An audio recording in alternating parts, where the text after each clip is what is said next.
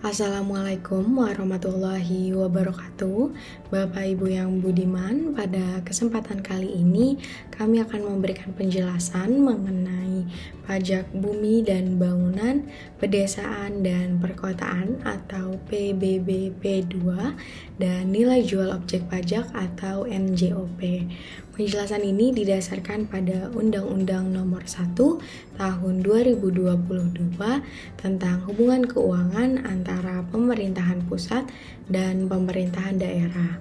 Penjelasan ini meliputi objek PBBP 2, kemudian objek yang dikecualikan dari PBBP 2, juga subjek PBBP 2, ada juga nilai jual objek pajak atau NJOP, dan tarif PBBP 2. Langsung saja ke penjelasan yang pertama. Ada objek pajak bumi dan bangunan, pedesaan dan perkotaan. Objek PBBP 2 adalah bumi atau bangunan yang dimiliki, dikuasai, atau dimanfaatkan oleh orang pribadi atau suatu badan, kecuali kawasan yang digunakan untuk kegiatan usaha perkebunan, perhutanan, dan pertambangan. Bumi di sini termasuk pula permukaan bumi hasil kegiatan reklamasi atau pengerukan.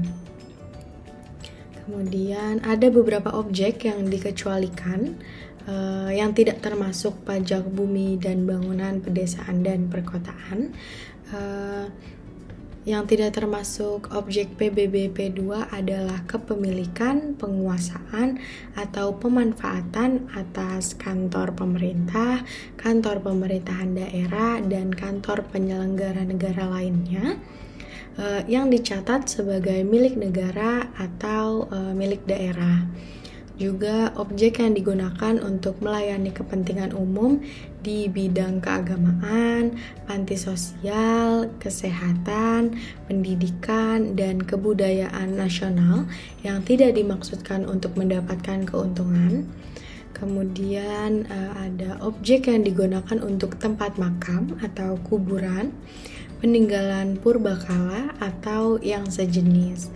Juga bumi yang merupakan hutan lindung, hutan suaka alam, hutan wisata, taman nasional, tanah penggembalaan yang dikuasai oleh desa, dan tanah negara yang belum dibebani suatu hak.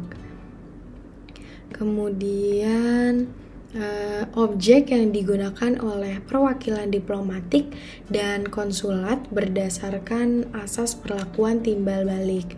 Juga bumi atau bangunan yang digunakan oleh badan atau perwakilan lembaga internasional yang ditetapkan dengan peraturan Menteri Keuangan. Juga bumi atau bangunan untuk jalur kereta api, moda transportasi MRT atau Mass Rapid Transit, juga LRT atau Light Rail Transit atau yang sejenis. Juga bumi atau bangunan tempat tinggal lainnya berdasarkan nilai jual objek pajak tertentu yang ditetapkan oleh kepala daerah. Dan yang terakhir, bumi atau bangunan yang dipungut pajak bumi dan bangunan oleh pemerintah. Kemudian beralih ke subjek pajak bumi dan bangunan, pedesaan dan perkotaan. Subjek PBBP 2 adalah orang pribadi atau suatu badan yang secara nyata mempunyai suatu hak atas bumi atau memperoleh manfaat atas bumi atau memiliki, menguasai, dan memperoleh manfaat atas bangunan.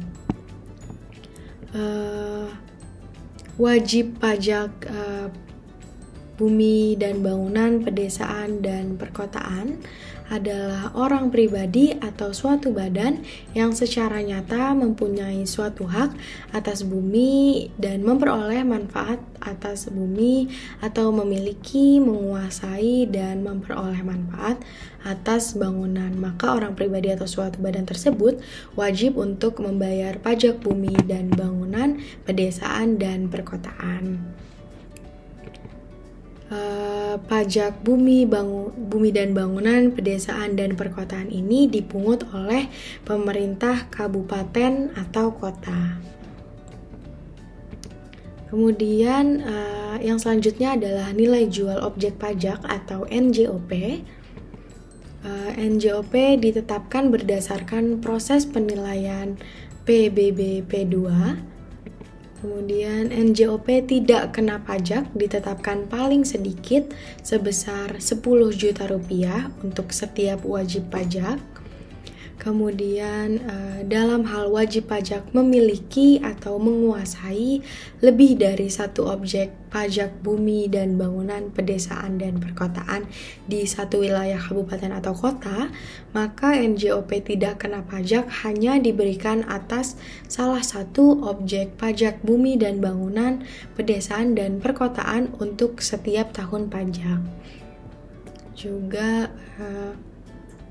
nilai jual objek pajak yang digunakan untuk perhitungan pajak bumi dan bangunan, pedesaan dan perkotaan ditetapkan paling rendah 20% dan paling tinggi 100% dari nilai jual objek pajak setelah dikurangi nilai jual objek pajak tidak kena pajak.